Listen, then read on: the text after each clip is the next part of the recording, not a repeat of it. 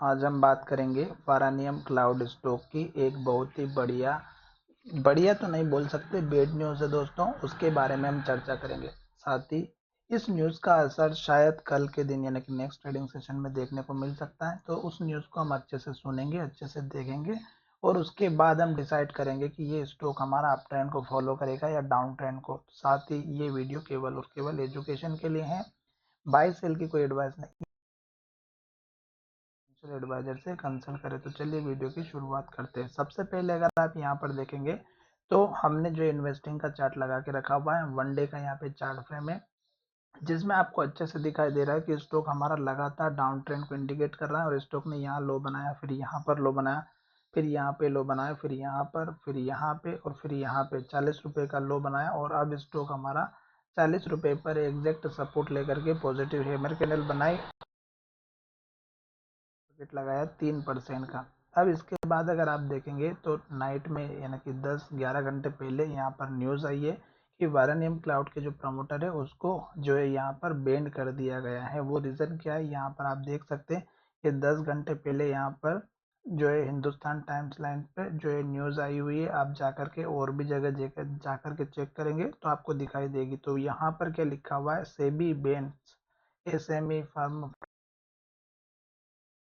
IPO. तो यहाँ पर इस न्यूज़ को आप डिटेल में पढ़ना चाहते हैं तो इस पर क्लिक कीजिएगा और उसके बाद देखिएगा तो यहाँ पर लिखा हुआ Varanium cloud bans for misuse IPO funds questionable financial statement and stock manipulation. तो यहाँ पर इसका जो कंपनी का प्रमोटर है, एमडी है, उसके ऊपर लगातार इलीगल जो है इनके ऊपर जो है केस लगते जा रहे हैं। पहले फ्रॉड का केस लगा था, डिफॉल्ट का 49 करोड़ का।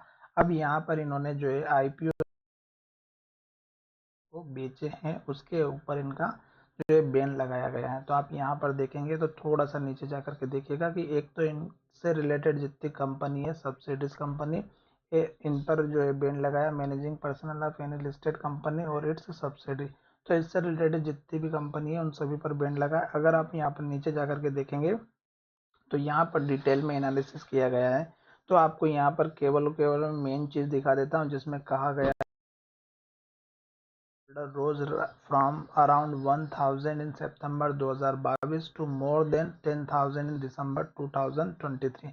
While its share price rose significantly, the company's managing director Harshvardhan Hemant Sable, taking advantage of such price rises, offloaded share and made gain of 122 crore. यानी कि इन्होंने जब स्टॉक की प्राइस बढ़ रही थी तब इन्होंने ये शेयर्स यहाँ से ऑफलोड किए, करोड़ का प्रॉफिट हुआ। तो यहाँ पर देख सकते after hitting an all time high of 239 crore in October last year against the IPO price of 122 रुपए के आसपास जो स्टॉक की आईपीओ की प्राइस थी और 239 का स्टॉक ने हाई बनाया था अक्टूबर में। तो NSC MSC listed stock went to downwards spiral early this year. Trading has since been suspended. The Bombay High Court has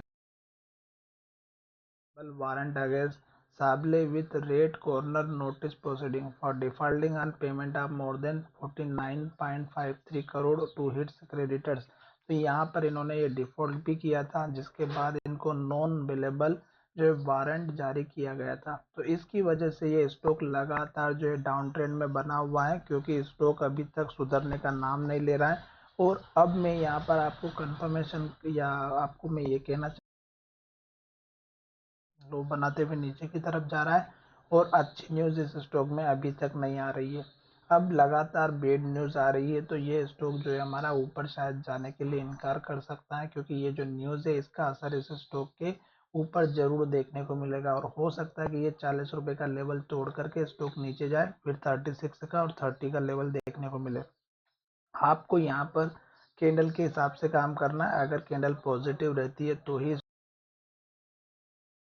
क्योंकि ये स्टॉक की बजाय अगर आप देखेंगे तो और भी अच्छे अच्छे स्टॉक्स हैं जो कि आपको बहुत ही बढ़िया प्रदर्शन में दिखाई दे सकते हैं, जैसे कि एसबीआई हो गया, टाटा मोटर्स हो गया, रिलायंस हो गया, एचडीएफसी हो गया, टीसीएस हो गया, विप्रो हो गया। इन अच्छे स्टॉक्स में भी आप एंट्री कर सकते हो, पर अगर आप नई फ्रेश एंट्री इस स्टॉक में लेंगे तो मुझे नहीं लगता कि ये स्टॉक उसके लायक दिखाई दे रहा है। एक तो ऑलरेडी इस स्टॉक में डाउन ट्रेंड चल रहा है, एमडी के ऊपर, प्रमोटर के ऊपर ऑलरेडी यहाँ पर बहुत सारे केस सकती है कि बैन के बारे में। तो इस न्यूज़ का असर भी इस स्टॉक पर देखने को मिलेगा। लास्ट ट्रेडिंग सेशन में स्टॉक ने बहुत बढ़िया प्रदर्शन दिया। स्टॉक ने सपोर्ट पर जाकर के सपोर्ट लिया और हैमर कैंडल बना करके अपर सर्किट लगाया। इन केस अगर स्टॉक ऊपर चला भी जाता है तो आपका पहला टारगेट रखना है जो कि यहाँ पर रहेगा 46 का, और एक हमारा 42 का लेवल है जो कि लेटेस्ट का अभी हमारा ये हाई बना हुआ। तो ये जो हाई बना हुआ है 42 रुपीज़ के आसपास का, मैं यहाँ पर अच्छे से दिखा देता हूँ। 44 टारगेट रखिएगा, फिर 46 का रखिएगा। इससे बड़े टारगेट की उम्मीद ना रखिएगा क्योंकि ये जो न्यूज़ है ये स्टॉक को फिर से नीचे ले जा करके खड़ी कर सकती है और हो सकता है कि स्टॉक में